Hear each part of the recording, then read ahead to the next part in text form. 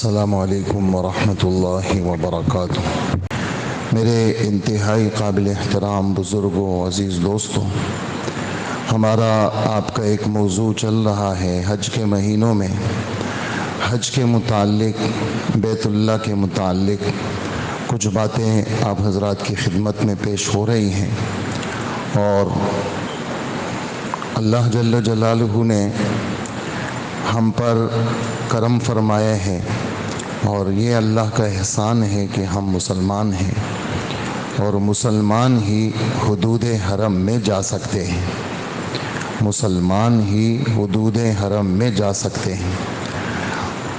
اور جس زمانے میں کفار کا قبضہ تھا، 8 ہجری کو کفار کو شکست ہوئی اور مکہ مکرمہ فتح ہوا، تو 9 ہجری میں ہمارے نبی حضرت محمد صلی اللہ علیہ وسلم نے حضرت ابوبکر رضی اللہ عنہ کو حج کا امیر بنایا، اور حج کا امیر بنا کر کے ان کو روانہ کیا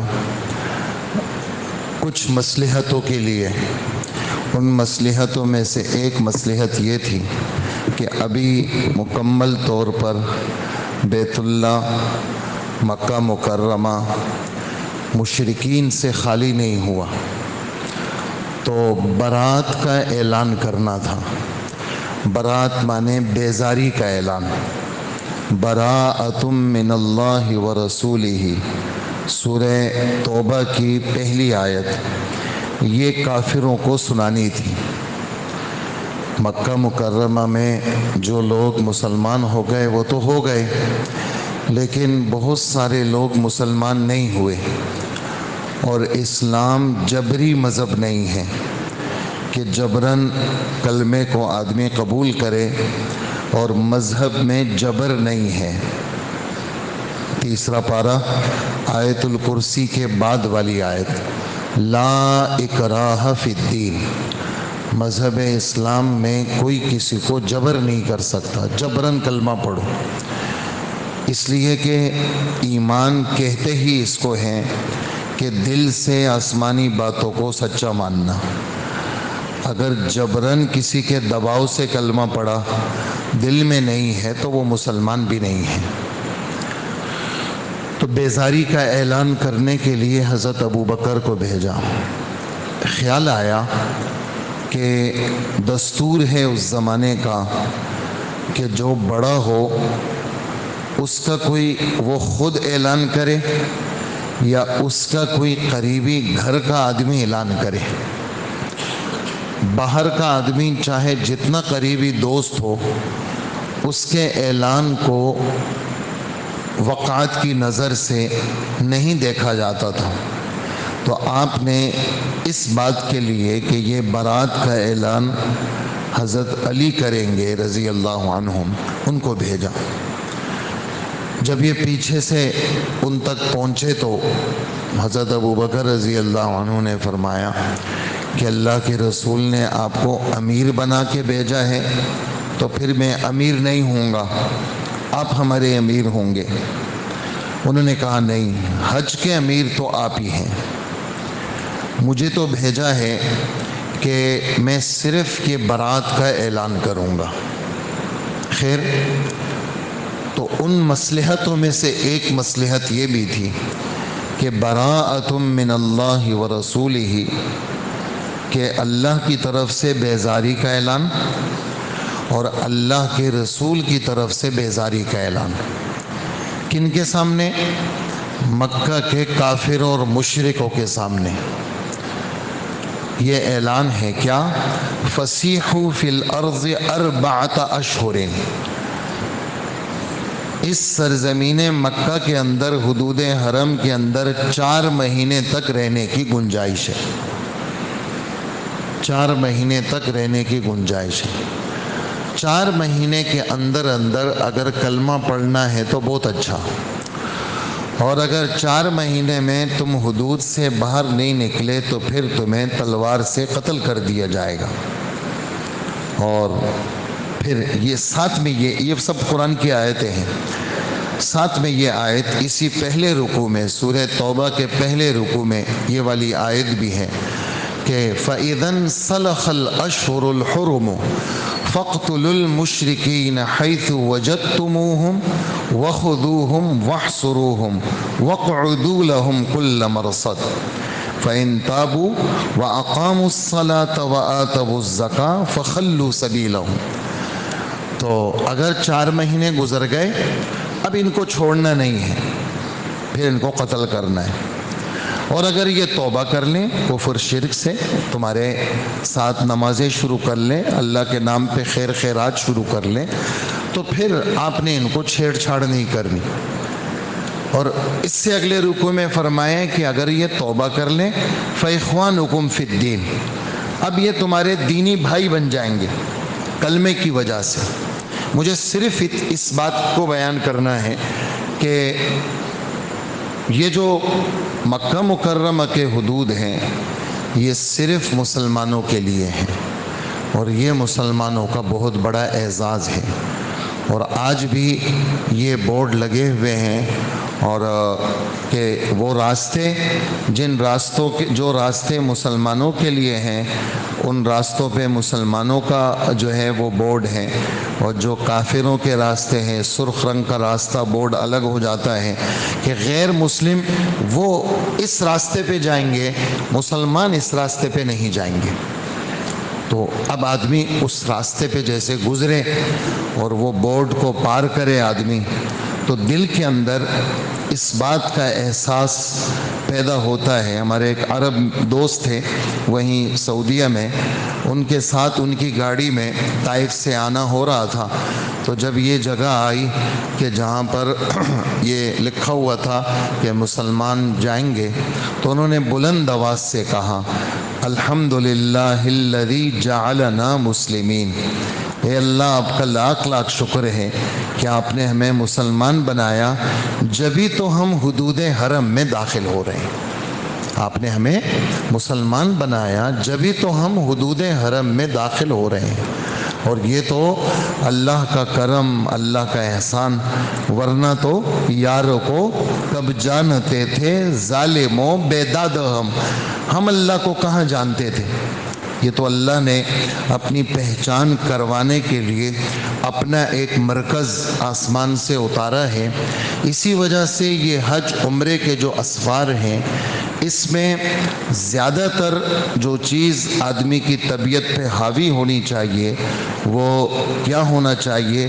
اللہ کا عشق، اللہ کی محبت، اللہ کا تعلق، اس لیے کہ بیت اللہ یہ اللہ کے انوار کا مرکز ہے اور اللہ کے حسن کا مظہر ہے کہ اللہ نے اپنی تجلیات یہاں پر اتاری ہے۔ کچھ تھوڑا سا تعارف قرآن پاک میں بیت اللہ کا ہمارے رب نے فرمایا، ہم نے مکہ مکرمہ کے اندر اپنا گھر بنایا ہے اور جہاں والوں کی ہدایت کا سامان بنایا ہے، اور ہم نے اس گھر کے اندر ایک پتھر رکھا ہے جس کو مقام ابراہیم کہتے ہیں، اور جو اس گھر میں آ گیا وہ امن والا ہو گیا۔ یعنی بیت اللہ میں کوئی قاتل بھی کسی کے باپ کا گھس جائے تو وہ بیٹا وہاں تک پہنچ جائے اور اس کو وہاں اپنے باپ کے قاتل کی بھی قتل کی اجازت نہیں ہے۔ کیوں اجازت نہیں ہے؟ اس لیے اجازت نہیں ہے کہ اللہ نے فرمایا، اس لیے کہ اللہ جل جلالہ فرماتے ہیں کہ وَمَن دَخَلَهُ كَانَ آمِنًا، جو اس گھر میں آ گیا وہ امن والا ہو گیا۔ وہاں کے تو پرندوں کو بھی مارنے کی اجازت نہیں ہے، وہاں کے تو گھاس کے بھی کاٹنے کی اجازت نہیں ہے، جو وہاں پھول اگتے ہیں، خودرو جو چیزیں اگتی ہیں اس کے کاٹنے کی بھی اجازت نہیں ہے۔ وہاں کے پرندوں کو، وہاں کا شکار اس کو حرام قرار دے دیا، اس لیے کہ یہ جگہ ایسی ہے جہاں پر کسی قسم کے شکار کی بھی تمہیں اجازت نہیں، بلکہ یہاں تو جو چیز آ گئی وہ پرامن ہو گئی، اور اس جگہ پہ کسی قسم کی شرارت کی بھی اجازت نہیں ہے۔ اور پھر جن لوگوں نے استدلال کیا کہ اللہ کے رسول نے فتح مکہ کے موقع پر جو لڑائی لڑی ہے اس کا کیا جواب دیں گے، تو خود اللہ کے رسول اعلان کر رہے ہیں کہ اللہ پاک نے مجھ سے پہلے کسی کو یہاں لڑائی کی اجازت نہیں دی، مجھے فلانے دن میں تھوڑی دیر کے لیے لڑنے کی اجازت ملی تھی، اس کے بعد مکہ مکرمہ کے حدود میں کسی قسم کی قیامت تک کے لیے لڑائی کی کسی کو بھی اجازت نہیں ہے۔ یہ ایسا گھر ہے، یہ ہمارے رب فرما رہے ہیں، جعل اللہ الکعبۃ البیت الحرام قیاما للناس، یہ 7واں پارہ ہے کہ ہم نے یہ جو کعبہ ہے، یہ جو بیت اللہ ہے، یہ جو محترم گھر ہے، یہ لوگوں کے لیے قیام کا، لوگوں کے لیے قائم رہنے کا اس کو سبب بنایا۔ جب تک یہ گھر رہے گا لوگ قائم دائم رہیں گے۔ اسی وجہ سے اس گھر کے عظمت، اس کا احترام، دل سے اس گھر کے قدر کرنا۔ ہم آپ یہاں بیٹھے ہوئے اور 3000 کلومیٹر ہم سے اس وقت بیت اللہ دور ہے، لیکن ہم آپ کو بیت اللہ کی طرف پاؤں کرنے کی اجازت نہیں ہے۔ ہمارے نبی مسجد نبوی میں آئے، دیوار قبلے کی طرف کسی کے تھوک اور بلغم کو دیکھا، کچی دیوار تھی، آپ کے چہرے پر غصے کے آثار، آپ نے اپنی چھڑی سے اس بلغم، اس تھوک کو کھرچا اور فرمایا تم میں سے جب کوئی نماز میں کھڑا ہو اس کا رب اس کے سامنے ہوتا ہے، تم اپنے رب کی طرف تھوکو گے، تمہیں تو اپنے رب کی طرف تمہیں تو دائیں طرف تھوکنے کی بھی اجازت نہیں ہے۔ کیوں؟ دائیں طرف رحمت کا فرشتہ تمہاری نیکیاں لکھتا ہے، تمہیں اگر بہت تھوکنا تو نیچے ہو کر کے تھوکو اور پاؤں کے نیچے تھوکو۔ بیت اللہ کی طرف تھوکنا، بیت اللہ کی طرف پاؤں کرنا، تم جب غسل کرو تو تمہارا چہرہ بیت اللہ کی طرف نہیں ہونا چاہیے اور تمہاری پیٹھ بھی بیت اللہ کی طرف نہیں ہونا چاہیے۔ اور اذا اتیتم الخلاء فلا تستقبلوا القبلة ولا تستدبروها، جب تم بیت الخلاء جاؤ تو بیت اللہ کی طرف منہ کرنے کی بھی اجازت نہیں ہے اور پیٹھ کرنے کی بھی اجازت نہیں ہے۔ تمہیں تو کیا کرو، مدینہ کا قبلہ جنوب کی طرف تھا تو فرمایا مشرق شرقاً غرباً بیٹھو، ہمارا قبلہ مغرب کی طرف ہے تو ہمیں حکم ہے شمالاً جنوباً بیٹھے، بیت اللہ کی عظمت کی وجہ سے۔ اور بیت اللہ اس کے یہ سب سے پہلے اس کی تعمیر اللہ کے حکم سے فرشتوں نے کی، پھر حضرت آدم علیہ السلام نے کی، اور نوح علیہ السلام، شیس علیہ السلام کا نام آتا ہے، نوح علیہ السلام کے دور میں سیلاب آ گیا، اللہ نے اٹھا لیا، پھر ابراہیم علیہ السلام کو جگہ بتائی، جب وہ اپنے بیٹے کو لے کے آئے اور یہاں چھوڑا بیوی بچے کو تو جگہ بتائی، اس جگہ ہمارا گھر بنے گا۔ اب کہاں بنے گا، کیسے بنے گا پتہ نہیں، بچہ بڑا ہوا، ان کے ذبح کا واقعہ آیا، پھر حکم ملا یہاں گھر بناؤ، جگہ بتائی، پھر کھدائی شروع ہوئی، پھر بنیادیں نکلی، اور اس گھر کو حضرت ابراہیم، انجینئر جبرائیل علیہ السلام اور مستری ابراہیم علیہ السلام اور مزدور اسماعیل علیہ السلام، اندازہ لگائے کتنے بڑے بڑے لوگوں نے اس کی تعمیر میں حصہ لیا۔ اور پتھر پہ خود ہی پتھر بلند ہو رہا ہے، خود ہی پتھر نیچے ہو رہا ہے، یہ بھی اللہ کی طرف سے ایک معجزہ۔ آج بھی ہزاروں سال کے بعد وہ پتھر موجود ہے جس کو مقام ابراہیم کہتے ہیں۔ تو یہ بیت اللہ کی عظمت، حج عمرے کا سفر ان عظمتوں کے ساتھ، ان آداب کے ساتھ۔ ایک بزرگ فرماتے ہیں میں بالکل بیت اللہ کے ساتھ تھا اور مجھے پردوں کے اندر سے آواز آئی، حضرت شیخ فضائل حج میں یہ قصہ لکھتے ہیں، مجھے پردوں کے اندر سے آواز آئی کہ کعبہ کے الفاظ ہیں کہ میں سب سے پہلے شکایت کرتی ہوں کس سے؟